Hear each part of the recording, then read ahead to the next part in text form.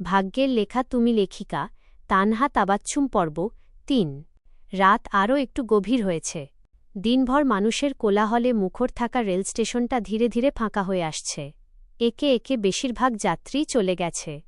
দূরে কোথাও চায়ের কেটলির শীষ ভেসে আসছে, মাঝে মধ্যে ট্রেনের হুইসেলের শব্দ নীরবতাকে ভেঙে দিচ্ছে। আরোহী এখনও একই বেঞ্চে বসে আছে। ২ হাত দিয়ে শক্ত করে জড়িয়ে ধরে রেখেছে নিজের ছোট্ট ব্যাগটা। পাশে রাখা পিঙ্ক রঙের ট্রলি ব্যাগটার দিকে তার কোনো খেয়ালই নেই। তার চোখ দুটো কান্নায় ফুলে লাল হয়ে গেছে। ঠিক তখনই ধীর পায়ে তার সামনে এসে দাঁড়াল অরিন। কয়েক সেকেন্ড নীরবে দাঁড়িয়ে থেকে ভদ্র কণ্ঠে বলল, এক্সকিউজ মি। হঠাৎ অপরিচিত পুরুষ কণ্ঠ শুনে চমকে মাথা তুলল আরোহী। অরিন মৃদু স্বরে বলল, আপনার কি কোনো সমস্যা হয়েছে? অনেকক্ষণ ধরে আপনাকে এখানে বসে থাকতে দেখছি। যদি কোনো সাহায্যের দরকার হয় আমাকে বলতে পারেন। আরোহী শুধু একবার তাকাল, কিন্তু কিছু বলল না। তার ঠোঁট কাঁপছে, চোখের কোণে আবারও পানি জমছে। অরিন আবারও নরম গলায় বলল, আপনার কি কিছু হারিয়ে গেছে, নাকি আপনি কারো জন্য অপেক্ষা করছেন? এই কথাটুকু শুনতেই আরোহীর বুকের ভেতর জমে থাকা কষ্টটা যেন আর ধরে রাখা গেল না। মুহূর্তের মধ্যেই সে ফুঁপিয়ে কেঁদে উঠল। ২ হাত দিয়ে মুখ ঢেকে কান্না থামানোর চেষ্টা করছে, কিন্তু পারছে না। অরিন কিছুটা অপ্রস্তুত হয়ে গেল। সে বুঝতে পারছে এই কান্নার পেছনে বড় কোনো কারণ আছে। চারপাশে কয়েকজন মানুষ কৌতূহলী চোখে তাদের দিকে তাকাতে শুরু করেছে। অরিন একটু দূরে বসে শান্ত কণ্ঠে বলল, দেখুন, আপনি না চাইলে কিছুই বলতে হবে না, কিন্তু এভাবে একা বসে কাঁদলে সমস্যার সমাধান হবে না। যদি আমাকে বিশ্বাস করতে পারেন তাহলে আপনার কথা বলতে পারেন। হয়তো আমি কোনোভাবে সাহায্য করতে পারব। আরোহী কোনো উত্তর দিল না। সে শুধু মাথা নিচু করে কাঁদতেই থাকল। অরিন ধীরে নিজের কাঁধের ব্যাগটা খুলল। ভেতর থেকে একটি পানির বোতল বের করে আরোহীর দিকে বাড়িয়ে দিয়ে বলল, আগে একটু পানি খান, তারপর ধীরে ধীরে কথা বলবেন। কয়েক মুহূর্ত দ্বিধায় রইল আরোহী। তারপর কাঁপা হাতে বোতলটা নিয়ে কয়েক ঢোক পানি খেল। মনে হল সারাদিন পর শরীরে যেন সামান্য প্রাণ ফিরে এল। অরিন মৃদু হেসে বলল, ভয় পাবেন না, আমি আপনার কোনো ক্ষতি করব না। একটু থেমে আবার বলল, আমার নাম অরিন আবরার রায় চৌধুরী। আমি একজন ফরেনসিক ইনভেস্টিগেটর। কাজের সূত্রে প্রতিদিনই নানা রকম মানুষের সমস্যার মুখোমুখি হতে হয়। তাই আপনার মুখটা দেখেই বুঝতে পারছি আপনি কোনো বড় বিপদে পড়েছেন। আরোহী বিস্মিত চোখে একবার অরিনের দিকে তাকাল, তারপর আবার চারপাশে চোখ বুলিয়ে নিল। স্টেশনটা আগের চেয়ে অনেকটাই ফাঁকা হয়ে গেছে। দোকানগুলো একে একে বন্ধ হচ্ছে। শেষ ট্রেনের ঘোষণাও ভেসে আসছে মাইকে, যার জন্য সে সকাল থেকে অপেক্ষা করছে। সে আর আসবে না, এটা এখন আর বুঝতে বাকি নেই। এদিকে বাড়িতে ফিরেও যাওয়ার সাহস নেই।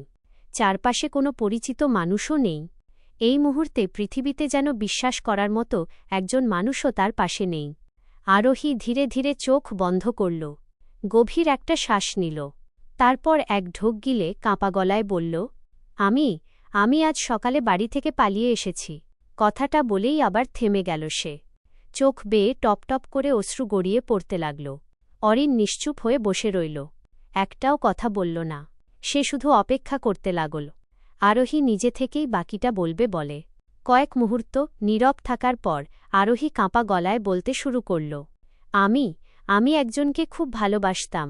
ওর নাম সিয়াম। ৩ বছর ধরে ওর সঙ্গে আমার পরিচয়। বলেছিল আজ সকালে বাড়ি থেকে বের হয়ে স্টেশনে আসতে। তারপর আমরা বিয়ে করে নতুন জীবন শুরু করব। কথাগুলো বলতে বলতেই আবার গলা ধরে এলো তার। অরিন ধৈর্য ধরে শুনছে, একবারও বাধা দিল না। আরোহী আবার বলতে শুরু করল, আমি ওকে বিশ্বাস করেছিলাম। নিজের পরিবার, নিজের সম্মান, সবকিছু ছেড়ে চলে এসেছিলাম। কিন্তু সকাল থেকে রাত হয়ে গেল, ও আর এল না। প্রথমে ফোন ধরছিল না, পরে ফোনটাই বন্ধ করে দিল। তখন বুঝলাম আমি প্রতারিত হয়েছি। শেষ কথাটা বলেই মুখে ২ হাত চাপা দিয়ে কান্নায় ভেঙে পড়ল সে। অরিন দীর্ঘশ্বাস ফেলল। তার চোখে ভেসে উঠল এক অসহায় মেয়ের ভেঙে যাওয়া স্বপ্ন। কিছুক্ষণ নীরব থেকে শান্ত কণ্ঠে বলল, চলুন, আপনাকে আপনার বাড়িতে পৌঁছে দিই। কথাটা শুনেই আরোহী দ্রুত মাথা নাড়ল। না, আমি বাড়ি যেতে পারব না। কেন পারবেন না? আরোহী নিচের দিকে তাকিয়ে রইল। ঠোঁট দুটো কাঁপছে। অনেকক্ষণ পর ধীরে ধীরে বলল, আমি বাড়ি থেকে বের হওয়ার আগে একটা চিঠি লিখে রেখে এসেছি। অরিন ভ্রু কুঁচকে জিজ্ঞেস করল, কি লিখেছিলেন? আরোহী সঙ্গে সঙ্গে উত্তর দিল না। মনে হল কথাগুলো বলতে তার ভীষণ কষ্ট হচ্ছে। অরিনও আর তাড়া দিল না। কিছুক্ষণ পর আরোহী কাঁপা গলায় বলতে শুরু করল, লিখেছিলাম, আমি নিজের ইচ্ছায় চলে যাচ্ছি। আমি যাকে ভালোবাসি তার হাত ধরেই নতুন জীবন শুরু করতে চাই। আমার এই সিদ্ধান্তের জন্য কেউ দায়ী নয়। আব্বু আম্মুর কাছে ক্ষমা চেয়েছিলাম, আর ছোট ভাইকে বলেছিলাম তাদের খেয়াল রাখতে। একটু থেমে চোখের পানি মুছে আবার বলল, শেষে একটা লাইন লিখেছিলাম। তার গলাটা আবার ধরে এলো, আমাকে খুঁজবেন না। কথাটা বলেই মাথা নিচু করে ফেলল সে। এখন আমি কিভাবে বাড়ি ফিরব বলুন? আব্বু নিশ্চয়ই আমাকে আর মেয়ে বলেই মানবেন না। আম্মুর চোখে তাকানোর সাহসও আমার নেই। আমি নিজেই আমার সব পথ বন্ধ করে এসেছি। অরিন কিছুক্ষণ নিশ্চুপ হয়ে রইল। সে বুঝতে পারছে এই মুহূর্তে মেয়েটার সবচেয়ে বড় শত্রু তার নিজের অপরাধবোধ। শান্ত কণ্ঠে বলল, একটা ভুল সিদ্ধান্ত মানুষের পুরো জীবন শেষ করে দেয় না। আপনার পরিবার কষ্ট পেয়েছে, এটা সত্যি, কিন্তু তারা এখনও আপনার পরিবার। আরোহী মাথা নাড়ল, না, আমি এখন যেতে পারব না। দয়া করে আমাকে জোর করবেন না। অরিন চারপাশে একবার তাকাল। রেল স্টেশন প্রায় ফাঁকা। দোকানগুলো একে একে বন্ধ হয়ে যাচ্ছে। দূরে কয়েকজন মানুষের দৃষ্টি বারবার আরোহীর দিকেই আটকে যাচ্ছে। সে গম্ভীর কণ্ঠে বলল, আপনি নিশ্চয়ই বুঝতে পারছেন এই সময়ে এই স্টেশনে একা থাকা আপনার জন্য নিরাপদ নয়। চারপাশের মানুষ যেভাবে আপনার দিকে তাকাচ্ছে তাতে আপনাকে এখানে রেখে আমি চলে যেতে পারি না। আরোহী কিছু বলল না। অরিন আবার বলল, আমাকে বিশ্বাস করতে পারেন। আমি একজন ফরেনসিক ইনভেস্টিগেটর। মানুষের বিপদে পাশে দাঁড়ানো আমার দায়িত্ব। আমি আপনাকে কোনো বিপদে ফেলব না। আরোহী আবারও দ্বিধাভরা চোখে অরিনের দিকে তাকিয়ে ধীর গলায় বলল, কিন্তু আমি আপনার সঙ্গে কোথায় যাব? আমার নানুর বাড়ি এখান থেকে খুব বেশি দূরে নয়। উনি অসুস্থ, তাকে নিতে এসেছি। আজ রাতটা সেখানে নিরাপদে থাকবেন। সকাল হলে আপনাকে নিয়ে আপনার পরিবারের সঙ্গে কথা বলব।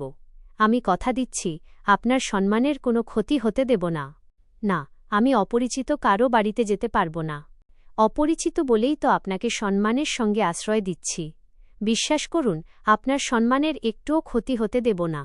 আরোহী এখনও দ্বিধায় বসে আছে। তার সামনে যেন আর কোনো পথও খোলা নেই।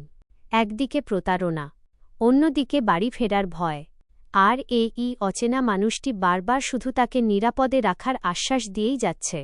শেষ পর্যন্ত অনেক অনুরোধ আর বোঝানোর পর আরোহী ধীরে ধীরে মাথা নাড়ল। অরিন আর কোনো কথা না বলে বেঞ্চের পাশে রাখা পিঙ্ক রঙের ট্রলি ব্যাগটা হাতে তুলে নিল। তারপর শান্ত গলায় বলল, চলুন, রাত অনেক হয়েছে। আরোহী নিঃশব্দে উঠে দাঁড়াল। আরোহী শেষবারের মতো একবার চারপাশে তাকাল। তারপর নীরবে অরিনের সঙ্গে ট্রেনে উঠে পড়ল। কিছুক্ষণের মধ্যেই হুইসেল বাজিয়ে ট্রেনটি ধীরে ধীরে স্টেশন ছেড়ে অজানা গন্তব্যের দিকে ছুটে চলবে।